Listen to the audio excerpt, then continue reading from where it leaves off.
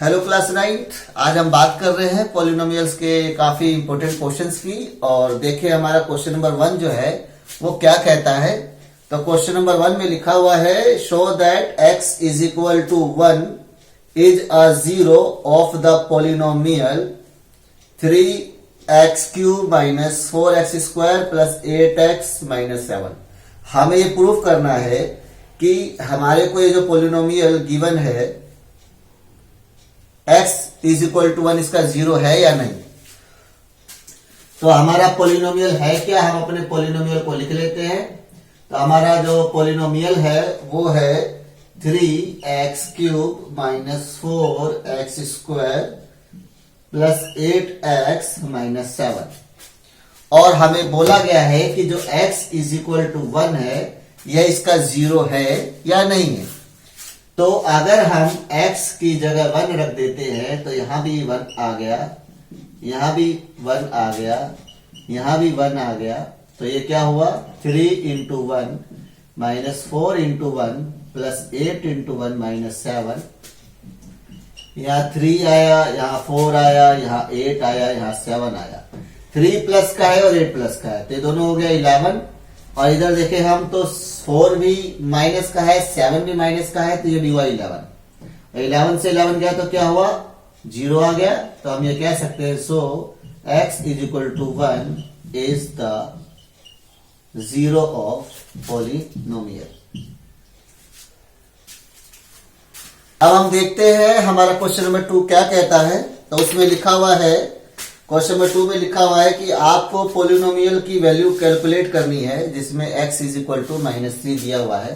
तो हमारी जो ये पॉलिनोमियल है अगर हम देखें तो ये क्या है, तो ये पॉलिनोमियल हमारे पास गिवन है 2x प्लस 5।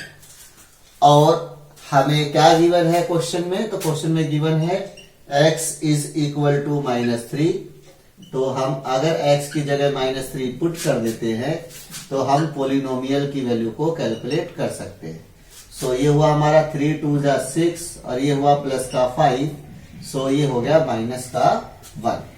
क्वेश्चन नंबर 3 काफी मजेदार क्वेश्चन है। और अगर हम क्वेश्चन नंबर 3 को देखें तो क्वेश्चन नंबर 3 में लिखा हुआ है कि हमारे पास एक पॉलिनोमियल है और वो पॉलिनोमियल क्या है, वो है x square minus 4x plus 3। और हमें इसके जीरोस फाइंड करने हैं।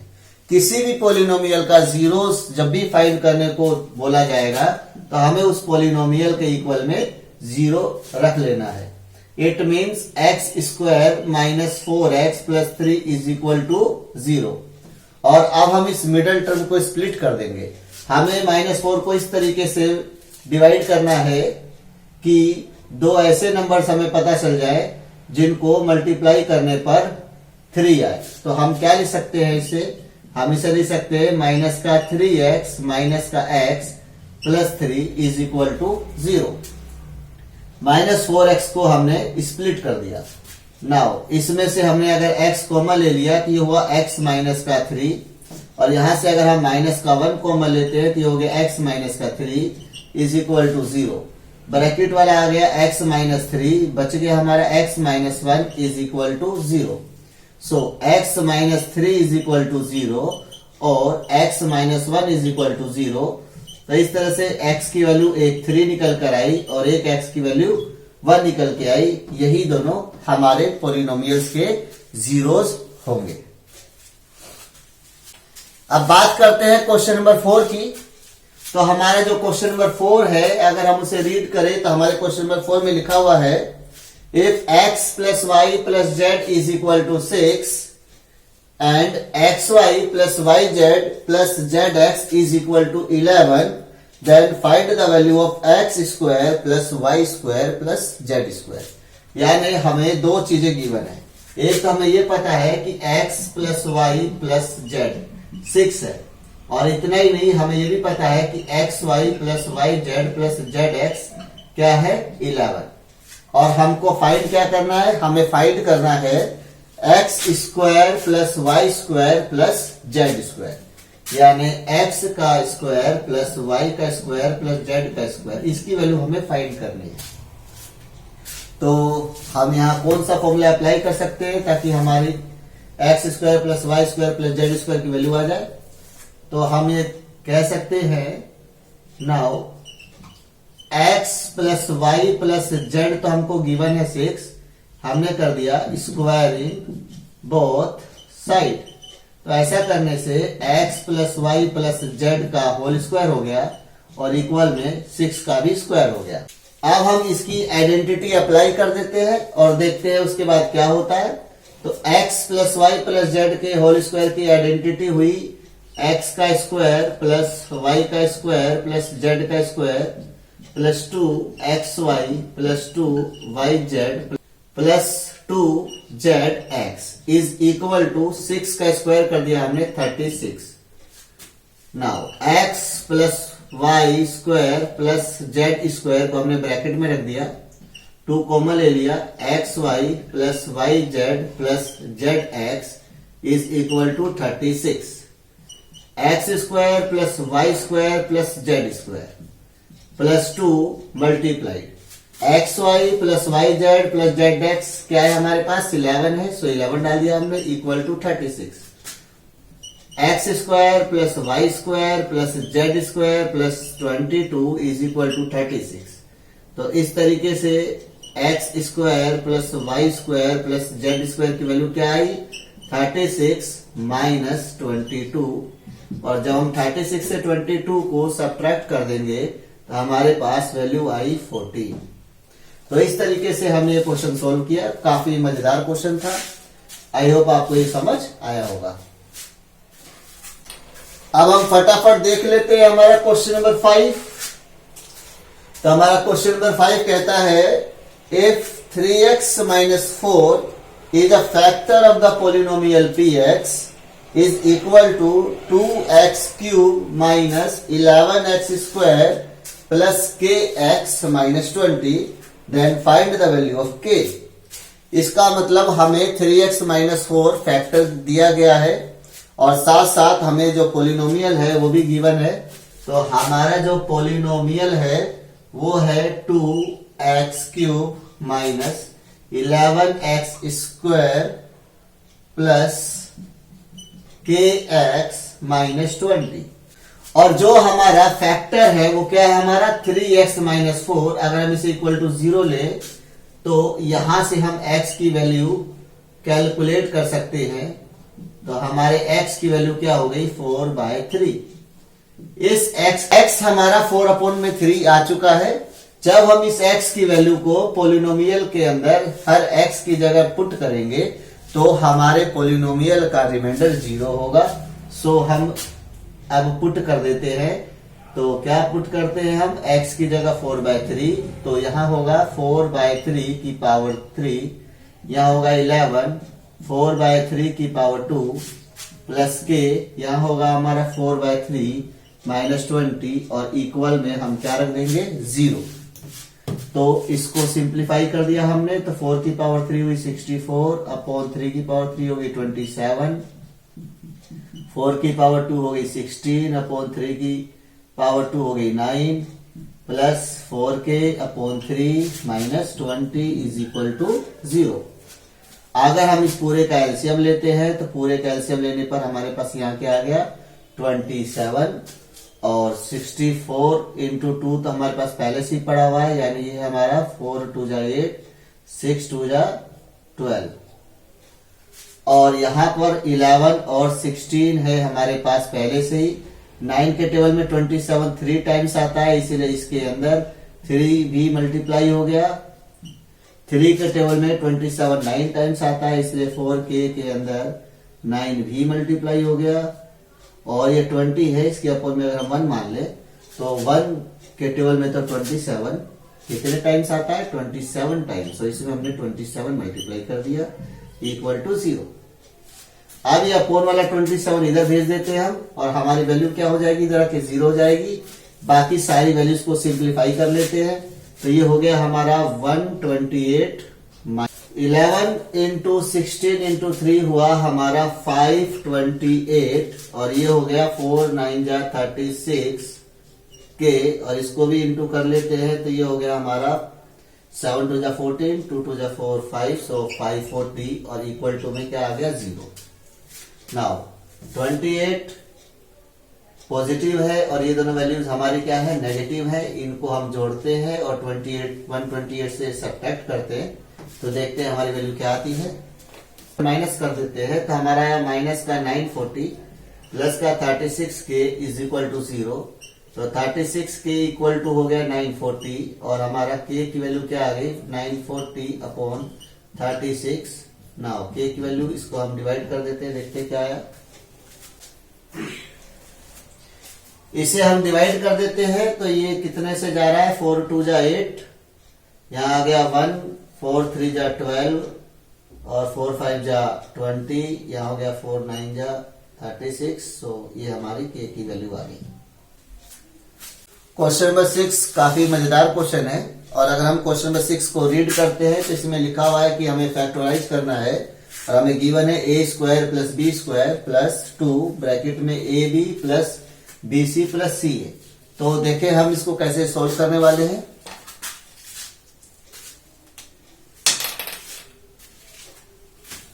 A square plus b square plus 2 a b plus b c plus c a, ये हमको गिवन है और हमें इसको फैक्टराइज करना है।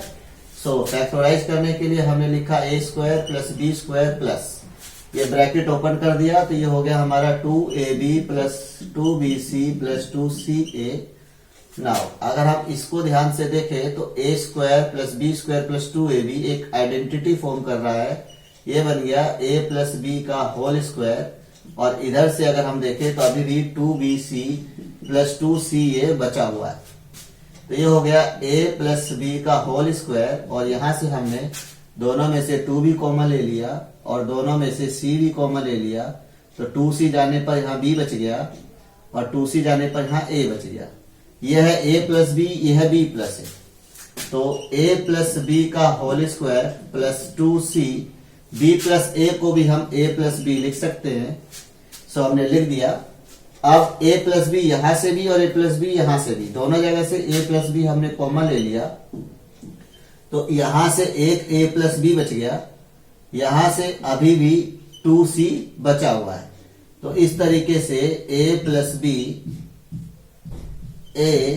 बी प्लस 2c ये इसके फैक्टर्स आ गए और इस तरीके से हमने इसे फैक्टराइजेशन कर दिया। क्वेश्चन नंबर 7 काफी ज्यादा मजेदार क्वेश्चन है और काफी इंपॉर्टेंट भी क्वेश्चन है और ये क्वेश्चन कई बार पेपरों में आया भी है। अगर हम क्वेश्चन नंबर 7 देखें तो हमारे क्वेश्चन में लिखा हुआ है if a plus b plus c is equal to 0 then find the value of a square upon b c plus b square upon c a plus c square upon a b. तो देरी ना करते हुए देखते हैं ये question हम कैसे सोल्व करने वाले हैं। हमें ये तो पता है कि a cube plus b cube plus c cube minus 3abc की एक आइडेंटिटी होती है और वो आइडेंटिटी होती है a plus b plus c, a square plus b square plus c square minus a b minus b c minus c a. अब इस क्वेश्चन में गिवन है कि a plus b plus c क्या है 0। सो 0 से जैसे हमने a square plus b square plus c square minus a b minus b c minus c a को मल्टीप्लाई किया तो पूरी की पूरी वैल्यू ही क्या हो गई 0। इसका मतलब ये हुआ कि जो a cube plus b cube plus c cube minus 3abc है इसकी वैल्यू 0 आ गई।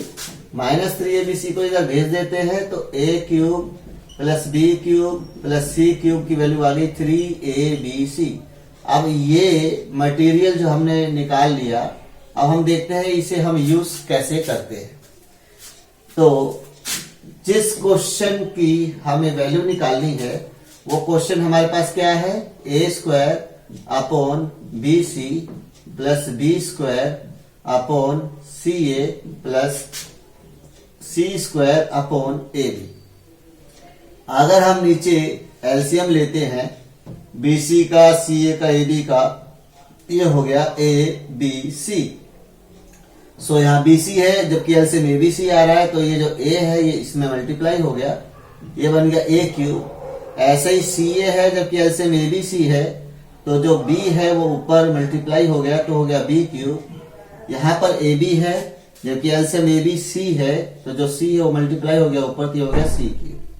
अब a cube plus b cube plus c cube, a cube plus b cube plus c cube की वैल्यू हम पहले से ही 3abc कैलकुलेट करके हमने यहाँ पर रख रखा है। तो a cube plus b cube plus c cube की जगह हमने लिख दिया 3abc और अपोन में ए बी सी अभी भी है, सो ए बी सी कैंसिल हो गए और हम ये कह सकते हैं कि हमारे क्वेश्चन की जो वैल्यू है वो क्या है 3। अब हम करते हैं अपना सबसे आखिरी क्वेश्चन नंबर 8। इसे फैक्टराइज करना है और वो भी फैक्टराइजेशन मेथड से करना है। और अगर हम अपने क्वेश्चन को देखें तो हमारे क्वेश्चन में एक क्यूबिक पॉलिनोमियल गिवन है जिसमें लिखा हुआ है कि x cube minus 23x square plus 142x minus 120, इसे हमें फैक्टराइज करना है। तो अपने पॉलिनोमियल को अगर हम लिख लें तो हमारा पॉलिनोमियल कहता है x cube minus 23x square plus 142x minus 120।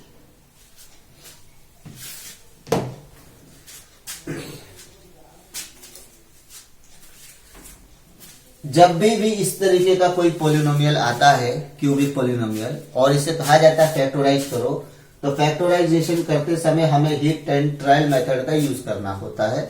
Heat and trial method कहता है कि ये जो आपकी सबसे लास्ट वाली कांस्टेंट वैल्यू है 120, उसके जितने भी फैक्टर्स हैं उन फैक्टर्स को इनमें से एक एक करके पुट करना होता है और हम ये देखते हैं कि किस फैक्टर को पुट करने से पूरा का पूरा पॉलिनोमियल जो है उसकी वैल्यू 0 हो जाती है। इसका मतलब हमें सबसे पहले एक जीरोस तो हीट एंड ट्रायल मेथड से ही पता लगाना होता है। अब 120 के टेबल में तो 1 भी आता है, 2 भी आता है, 3 भी है, 4 भी है, 5 भी है, 6 भी है, 10 भी है, 12 भी है। तो इतने सारे हैं, इनमें से कोई एक जरूर ऐसा होगा जिसको यहाँ पर अगर हम पुट करते हैं तो ये पूरी की पूरी जो पॉलिनोमियल की वैल्यू है वो 0 हो जाएगी। सबसे पहले हम चेक करते हैं क्या x को अगर हम 1 मान लेते हैं तो उस केस में हमारे पॉलिनोमियल की वैल्यू 0 होती है या नहीं। 1 का क्यूब माइनस 23, 1 का स्क्वायर प्लस 142, 1 माइनस 120, तो ये हो गया 1, ये हो गया माइनस का 23, ये हो गया प्लस का 142, ये हो गया माइनस का 120, 142 और 1 हो गया हमारा 143 और माइनस का 23 माइनस का 120 हो गया माइनस का 143 इज इक्वल टू 0। तो हम तो काफी लकी हुए, हमारा 1 से ही पॉलिनोमियल की वैल्यू 0 आ गई, यानी हम ये कह सकते हैं कि जो हमारा x है वो क्या है 1 है। और इस तरीके से करके हमने इसका एक फैक्टर तो कैलकुलेट कर लिया। अब रही बात 2 फैक्टर्स और कैलकुलेट करने हैं, तो अब वो ज्यादा आसान हो जाएंगे क्योंकि हमको x माइनस 1 इक्वल टू 0 का पता चल चुका है। हमें एक फैक्टर का पता चल चुका है, अब हमें बचे हुए 2 फैक्टर्स और कैलकुलेट करने हैं। तो उनको पता लगाने के लिए हम नॉर्मल डिवीजन का यूज करने वाले हैं। तो जो हमारा नॉर्मल डिवीजन है वो कहता है कि हमारे पास है x cube minus 23x square plus 142x minus 120, और इसको डिवाइड किससे करना है हमें, तो इसे हमें डिवाइड करना है अपने फैक्टर से यानी x माइनस 1 से। नाउ फटाफट हम इसे डिवाइड कर लेते हैं। x क्यूब है तो हमने यहाँ पर x स्क्वायर दे दिया, मल्टीप्लाई हुआ x क्यूब हो गया, 1 मल्टीप्लाई हुआ माइनस का x स्क्वायर हो गया, साइन चेंज कर दिया हमने, ये कैंसिल हो गया, माइनस का 23 प्लस का x स्क्वायर, सो माइनस का 22x square plus 142x minus 120। अभी ये जो माइनस की वैल्यू है सो हमें माइनस देना पड़ रहा है और यहाँ 22 लगाना पड़ रहा है ताकि, और x स्क्वायर है तो एक x भी लगाना पड़ रहा है ताकि जब हम x से इसको माइनस 22x को इंटू करें तो यहाँ माइनस 22x स्क्वायर बन जाए। जब माइनस 1 इंटू होगा तो माइनस 1 माइनस 22 से इंटू होकर प्लस का 22x प्रोड्यूस करेगा। साइड बदल देते हैं, ये कैंसिल हो गया और यहाँ रह गया हमारे पास 120x माइनस में 120 नाउ लास्ट स्टेप 120 लिख दिया हमने, x से मल्टीप्लाई हुआ तो 120x हो गया, -1 120 से मल्टीप्लाई हुआ तो माइनस का 120 हो गया, ये माइनस हो गया, प्लस हो गया, और इस तरीके से ये वैल्यू आ गई 0। और इस तरीके से हमने x -1 से इसे फैक्टराइज कर दिया, x² -22x प्लस 120। अब इसके बाद हमें एक लास्ट काम करना है और हमारे को क्या हो जाएगा, इस पोलिनोमियल के सारे फैक्टर्स पता चल जाएंगे। तो देखते हैं वो लास्ट काम क्या है।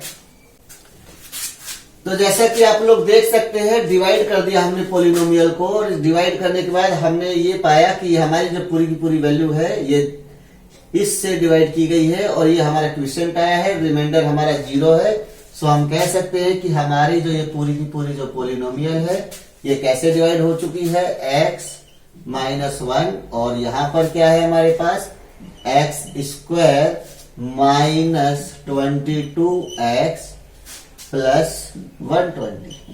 इसका मतलब सिर्फ इस टर्म को ही डिवाइड करना रह गया। अगर हम इसको जैसे ही फैक्टराइज कर देंगे हमारा पूरा का पूरा सवाल हो जाएगा। सो फैक्टराइज कैसे करें, मिडिल टर्म स्प्लिट कर देते हैं। ऐसा नंबर चाहिए हमें कि मल्टीप्लाई करने पर 120 बन जाए। सो हम यहाँ क्या लिख सकते हैं, हमें यहाँ लिखना पड़ेगा माइनस का 10x माइनस का 12x प्लस 120। अगर हमने ऐसा कर दिया और यहां से x कॉमन लिया तो ये हो गया हमारा x -10, यहां से -12 कॉमन लिया तो अगेन हो गया x -10। सो x -1 पहले से था, x -10 को हमने अभी अभी कॉमन ले लिया और यहां से रह गया x -12। तो हमने अपने पूरे के पूरे पोलिनोमियल को 3 पार्ट में फैक्टराइज कर दिया। इस तरीके से ये क्वेश्चन भी हमारा कंप्लीट हो गया।